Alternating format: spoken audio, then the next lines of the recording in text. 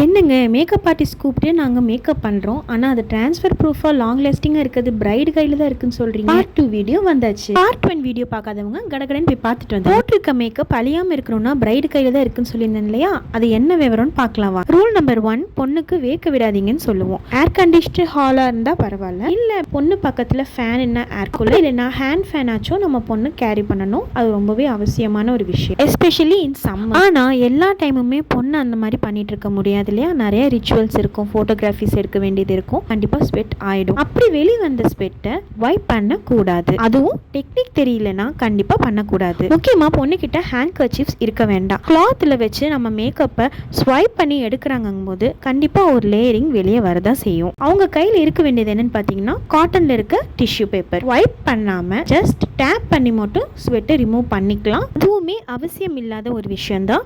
உங்களுக்கு வேத்துச்சுன்னா அதை காற்றுல அப்படியே ஆற விட்டுருங்க, கொஞ்ச நேரத்தில் ஸ்வெட்டி ட்ரை ஆகிடும். சில பிரைட்ஸ் அவங்களுடைய உதட்டு சுற்றி நெத்திலெல்லாம் மேக்கப் மூவ் ஆயிடுச்சு அப்படின்னு சொல்லுவாங்க. அதுக்கான ரீசன் கண்டிப்பாக இதுவாக தான் இருக்கும். ஸ்வெட் மாதிரியே சந்தனம் வச்சாலும் ஈரத்தில் தொடச்சிடாதீங்க, யாரும் துடைக்கவும் விடாதீங்க. கம்ப்ளீட்டாக ட்ரை ஆனதும் டிஷ்யூ பேப்பரில் லைட்டாக தொடச்சிங்கனாவே போயிடும். இது போல் நிறைய மேக்கப் டிப்ஸ் தெரிஞ்சுக்க நம்ம பேஜை ஃபாலோ பண்ணிவிட்டு உங்கள் பிரைட் டு பி ஃப்ரெண்ட்ஸ்க்கு ஷேர் பண்ணுங்கள். தேங்க்ஸ் ஃபார் வாட்சிங்.